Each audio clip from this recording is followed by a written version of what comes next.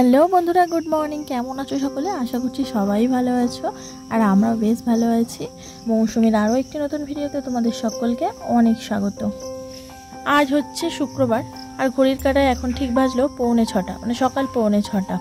ঘুম থেকে উঠে দেখছি বেশ ভালোই রোদ্দুর, আর এই যে কয়েকটা আম পড়েছে গাছের।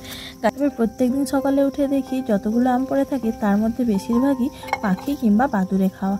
এই সময়টা যেমন জাম, জামরুল, আশফল, আম, নানা রকমের ফল থাকে, তাই প্রচুর পাখি আসে ওই ফল খাওয়ার জন্য।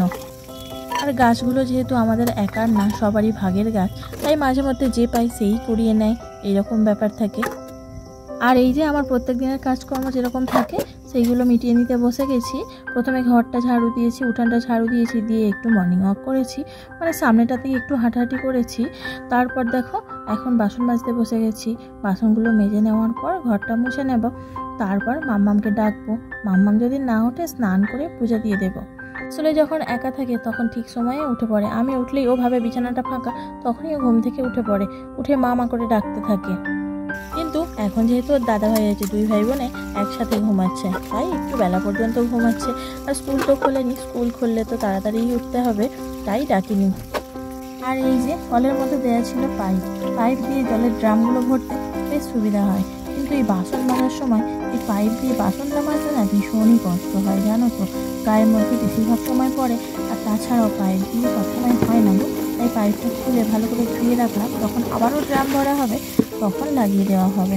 এই তো আমার বাসন মাজা কমপ্লিট হয়ে গেল। এবার কয়েকটা জামা কাপড় আছে, সেইগুলো কেচে নেবো। ছেলের জামা কাপড় আছে, আগের দিন ফুটবল খেলেছিল, রাতে একবার ধুয়ে দিয়েছিলাম, কিন্তু সার্ফটা বারণ হয়ে গিয়েছিলো, তাই সার্ফ দেওয়া হয়নি। এখন সার্ফ দিয়ে শুকাতে দিয়ে দেবো। আর এই যে ফুটবল খেলতে গেলে না প্রচণ্ড কাদা ধুলো মেখে একদম বাড়ি আসে, কিন্তু ওর ফুটবল খেলাটা ভীষণ পছন্দের। ছেলের আমার ভীষণ শখ ভালোভাবে যাতে ফুটবল খেলাটা ও শিখতে পারে, ওর ভীষণ ইচ্ছা, কিন্তু ওই যে সামর্থ্যের মধ্যে হয় না, ওকে ভর্তি করাও আমার হয়ে ওঠে না। একই ও থাকে তো মায়ের কাছে, তোমরা যারা আমার ভিডিও দেখো সবাই জানো। আর আঁকা শেখে ছেলে, সাথে পড়াশোনা, তার মধ্যে পড়াশোনা করতে গিয়ে আঁকার দিকে ধ্যান ওর মাঝে মাঝে চলেই যায়। তবে এই যে এত ফুটবল খেলার নেশা, তো কী হবে বলো তো। তখন মাঝে মাঝে ওর দাদু বলে ওঠে, থাকবে তোকে আর রাখতে হবে না। আঁকার হাতটা ওর বরাবরই খুবই সুন্দর, তবে প্র্যাকটিস যদি থাকে তবেই তো। ফুটবলের নেশায় ওর যে কী হচ্ছে। যাই হোক, এই যে বাসনটা মেজে তারপর ঘরটা মুছে নিচ্ছে, যেহেতু ওরা দুজন ঘুমাচ্ছে, তো ভাবলাম তাহলে ঘরটা মুছে একদম স্নান করে পূজা দিয়ে দিই। তারপর এই যে এই জানালাটা খোলা হয়নি, ভীষণ রোদ্দুর পড়ছিল, তাই এখন খুলে দিলাম। আর এই যে একটু চা বানিয়ে নিয়েছি, প্রভুকে তো ভোরে চা বানিয়ে দিয়েছি, তোমরা জানো। ওই 5:10, 5:15 এরকম সময় করে, তবে 5:30টায় ডিউটি বেরোয়। কিন্তু আগের দিন না অনেক বড় বিপদের হাত থেকে প্রভু বেঁচে গেছে। প্রভুর যা হয়েছিল সাংঘাতিক দুর্ঘটনার হাত থেকে না প্রভু বেঁচে গেছে।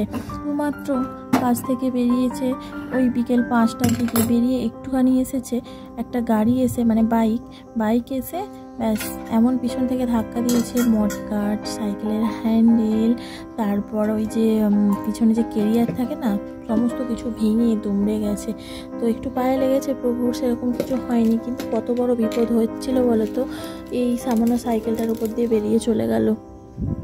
যতটা সম্ভব সবাই বলছিলেন যে ড্রিঙ্ক করে গাড়ি চালাচ্ছিল অত জোরে, তো ওরকম উচিত না। আমার ভিডিও কত দূর পৌঁছাচ্ছে সেটা আমি জানি না, তবে তোমার কাছে যদি এই ভিডিওটা অবশ্যই যায় তাহলে তোমাকে বলবো একটু সাবধানে গাড়ি চালিও।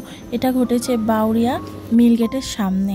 ওই সময় মিলের যত শ্রমিক আর আশপাশের সব লোকজন ওখানে ছিলেন, সেই জন্য একটু সাহায্য হয়েছে ওর আর কি। তো বলবো যারা সাহায্য করেছে তাদেরকে অনেক ধন্যবাদ, আর তোমরা একটু সাবধানে গাড়ি চালিও। যাই হোক, টাকাটা নিলাম, জল নিয়ে এলাম, রাস্তায় জলটা বসানো আছে, প্রভু এসে নিয়ে আসবে, অতটা ভারী চাগিয়ে নিয়ে আসতে পারবো না। আর এখন একটু ম্যাগি বসিয়েছি। ম্যাগিটা কিন্তু মাম্মাম খাবে না, এটা বাবু খাবে। মাম্মাম খেয়েছে একটু বিস্কুট, জল আর একটু চিড়ে দই মেখে দেবো, খেয়ে নেবে। আর এই যে এখানে ভেটকি মাছের এই ছোটো ছোটো ফিলে কাটা নিয়ে এসেছে, সাথে কাতলা মাছের 2 পিস কাঁঠা নিয়ে এসেছে, সাথে নিয়ে এসেছে ওই ভেটকি মাছের তেল মানে পুরোটাই চর্বি, জানো তো। আর এতটাই চর্বি বেরিয়েছে তোমাদের দেখাচ্ছি।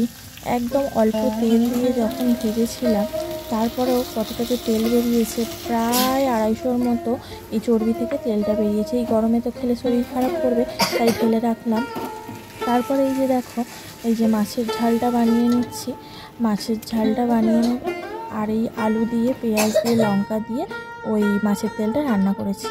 এই হচ্ছে আজকে দুপুরের মেনু আমাদের। আর এখন ঘড়িতে বাজে দুপুর 2টো। তো চলো, আজকের ভিডিওটা তোমাদের কেমন লাগলো অবশ্যই জানিও। আবার দেখা হবে নতুন আরও একটু ভিডিওতে। ততক্ষণ সবাই ভালো থেকো, সুস্থ থেকো।